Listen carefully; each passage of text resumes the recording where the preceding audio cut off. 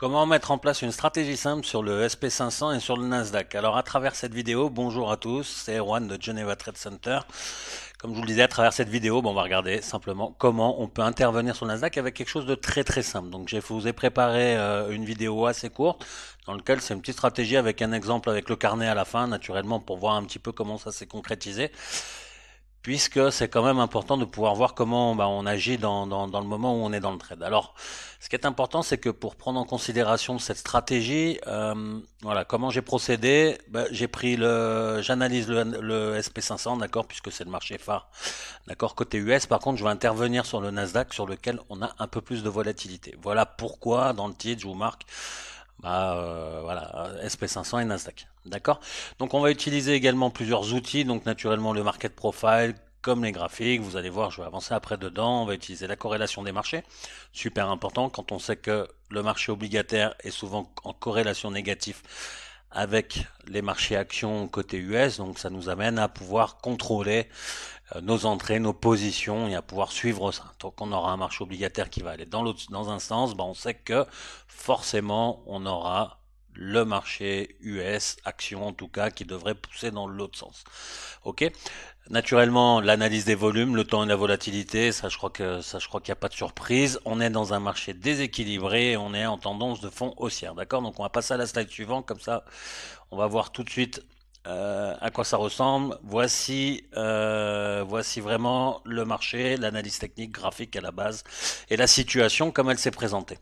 Donc ici, on a en fait une phase d'accumulation, d'accord? Donc là, on est sur le 30 minutes. Encore une fois, je répète, on est vraiment sur le SP500, mais j'interviendrai sur le Nasdaq. Donc toute l'analyse va se faire sur le SP500 et je regarderai, d'accord, uniquement le carnet d'ordre sur le Nasdaq. Donc là, on s'aperçoit, qu'est-ce qu'on voit? On voit qu'ici, on a à la sortie, à la cassure, d'accord, de notre range ici, d'accord, on est quand même marqué par une box qui se trouve ici et qui est en tendance haussière. Alors, je l'ai zoomé un peu plus sur le côté droit, d'accord? Donc, je l'ai mis sur un 5 minutes, puisque quand on va vouloir s'approcher de l'exécution, en tant que scalper, moi mon objectif, d'accord, c'est quoi? C'est de pouvoir limiter le risque à fond. D'ailleurs, je rappelle qu'un trader, c'est un gestionnaire de risque avant tout. Alors notre objectif, c'est vraiment de voir sur quel prix je vais intervenir. Donc comment je l'ai matérialisé? Voilà, là ici j'ai ma droite de tendance, d'accord, et on peut voir que j'ai un léger trend haussier à travers cette box. Ne pas oublier, c'est que le Bund et le SP500 sont des marchés qui vous montrent le sens du marché. Pourquoi, du coup, est-ce que j'analyse le SP500 pour travailler le DAX? Parce que c'est le marché majeur c'est lui qui tire, d'accord? Donc c'est lui qui va nous montrer vraiment dans quel sens il souhaite aller. Si je vous montrais par exemple cette séquence-là sur le DAX ou sur le Nasdaq, en fait, vous ne verriez pas la même chose. Vous n'auriez pas des bottoms, d'accord, et qui sont ici toujours plus hauts les uns que les autres, et des tops toujours plus hauts. Vous auriez peut-être une succession un peu bizarroïde, ce qui fait qu'après, ça deviendrait quand même compliqué à analyser. Maintenant, nous, on est dans cette séquence-là, d'accord? On est à ce moment-là. Qu'est-ce qu'on s'aperçoit? Ok, c'est que à l'intérieur de cette box, c'est que de ce trend dossier, j'ai ici, d'accord, une phase de distribution qui s'est dessinée, un V et une seconde phase là. Donc on voit qu'on est plutôt matérialisé par un rejet de toute cette zone de prix là. Donc on commence à pousser de plus en plus vers le haut sans venir chercher maintenant ce côté opposé là. Donc ça nous montre que le marché commence à bien pousser, d'accord? Donc c'est le moment où pour moi en tout cas j'ai envie d'initier un trade. D'accord, ça c'est pour la partie graphique. Maintenant quand je regarde mon marché, naturellement quand je vois que ici, donc je passe sur le market profile. C'est intéressant parce qu'avec le market profile, du coup, je vais constater plusieurs autres choses. D'accord? Graphiquement, on est d'accord, on est haussier. Maintenant, si je regarde d'un point de vue market profile, qu'est-ce que je peux regarder? Déjà, par rapport au profil de la veille qui se situe ici, on est au-dessus de la VA.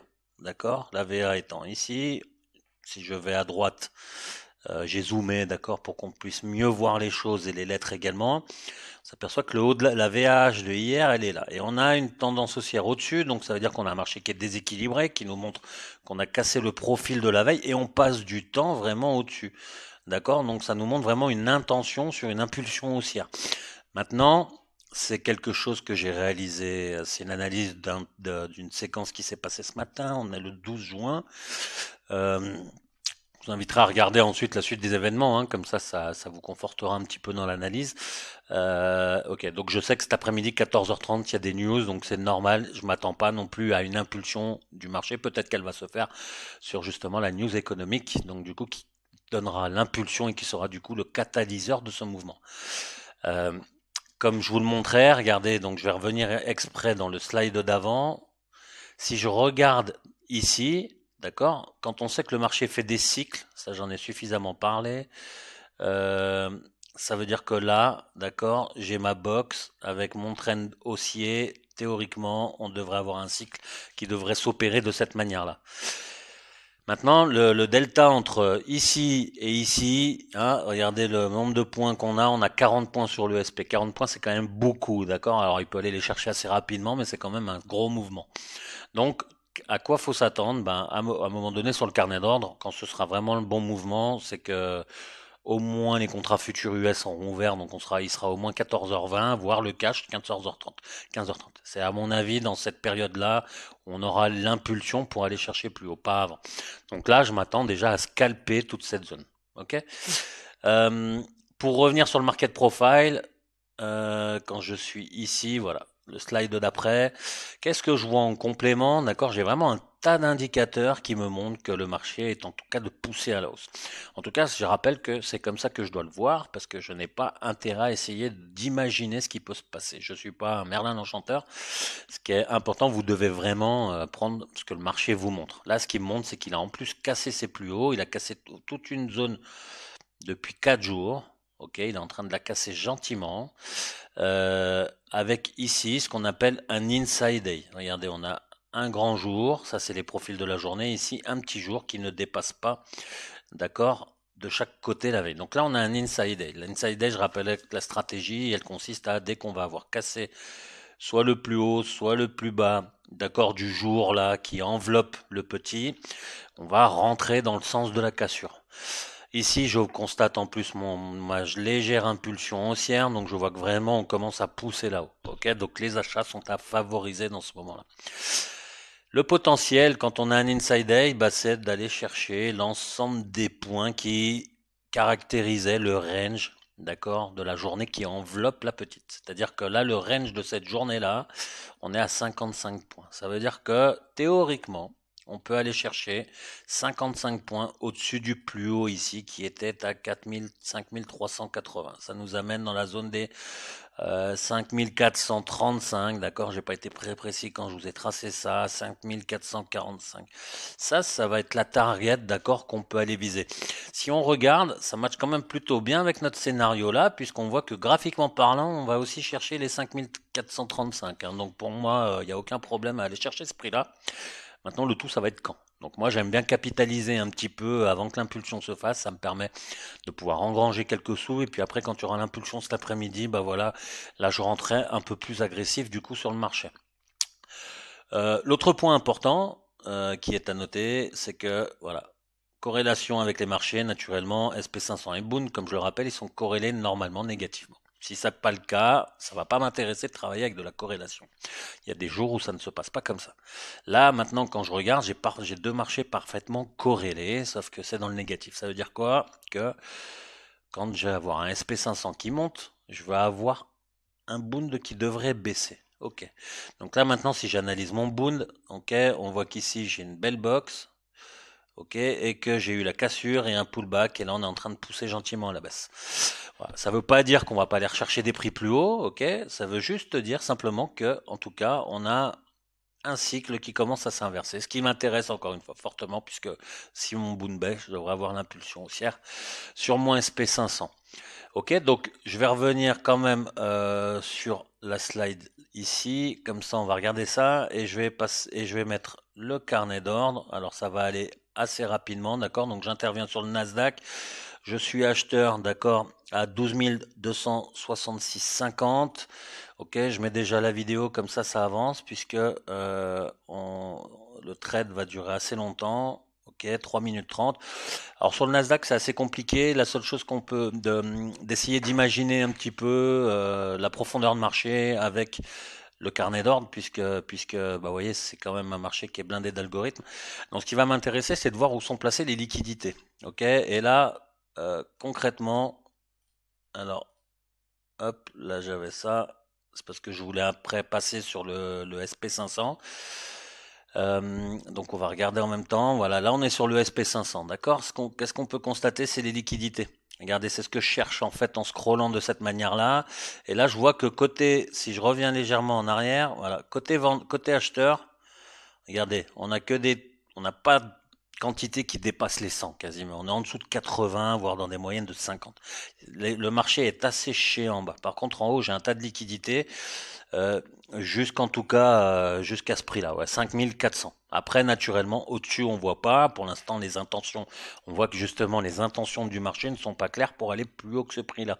Donc, quand c'est pas clair, ça veut dire que même mon scénario qui est classé, bah, je vais pas non plus partir d'un principe, c'est qu'il va se réaliser. D'accord? On n'en sait rien. Encore une fois, on prédit pas.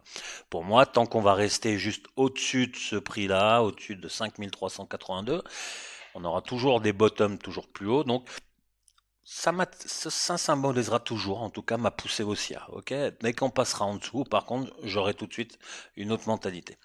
Voilà. Donc là, je reviens sur la vidéo, d'accord, sur mon trade. C'est intéressant. Donc là, j'essaie de rentrer également sur le SP500, d'accord, puisque je vois que l'impulsion devrait avoir lieu. Ok, là on revient sur le Nasdaq, voilà, on voit que l'impulsion est en train de se faire gentiment. Moi, comme je suis un scalper dans ce moment-là et que je sais qu'il n'est pas encore 14h30 ou 15h30, je cherche pas non plus à prendre le mouvement complet parce qu'il n'aura certainement pas lieu maintenant. Par contre, ça m'empêche pas d'aller rechercher le plus haut du jour qui se retrouve juste avant les liquidités qui se trouvent, qui se trouvent donc là-haut, d'accord? Ici. Voilà. Donc là, on voit que le marché pousse, on voit qu'on prend déjà en tout cas une dizaine de ticks. Je rappelle que sur le contrat futur du mini Nasdaq, on est environ à 5 dollars le tick. J'ai qu'un seul contrat puisque le marché, je commence ma journée, donc mon but c'est de m'approvisionner en argent, d'accord, et d'aller chercher quelques ticks. Voilà. Donc je vais avancer un peu plus rapidement puisque là, on va voir que, hop, on va pousser gentiment. Voilà, dès qu'on va s'approcher de là, finalement, je vais rapprocher mon prix. Voilà, puisque l'impulsion se fait, mais voilà, on vient juste pas chatouiller mon prix, donc je décide de le baisser, d'accord, ça me suffit. C'est pas 20 balles de perdu qui vont changer la donne. Je préfère avoir mon trade gagnant. Ok, et voilà, je vais même descendre encore d'un prix, je crois, sauf erreur, même s'il le pousserait qu'il le faisait, voilà. Comme ça me permet de sortir rapidement. Voilà, c'était un trade environ à 180 euros, 180 dollars.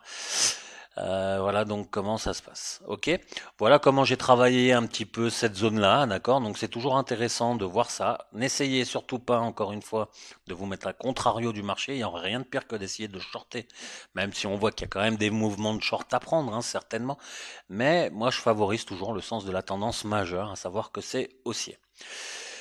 Voilà, j'espère que cette vidéo vous a plu. Ça faisait longtemps qu'en tout cas, j'avais pas refait un format comme celui-ci, donc n'hésitez pas dans les commentaires à me dire si vous en voulez plus. J'ai décidé de me remettre à fond là-dessus, donc j'espère que vous êtes à bloc. Et, euh, et voilà, d'accord. N'hésitez pas si vous n'êtes pas abonné à la chaîne à vous abonner, à liker, à mettre la petite cloche pour les notifications chaque fois que je publierai une vidéo. Allez, je vous dis à très bientôt. Ciao.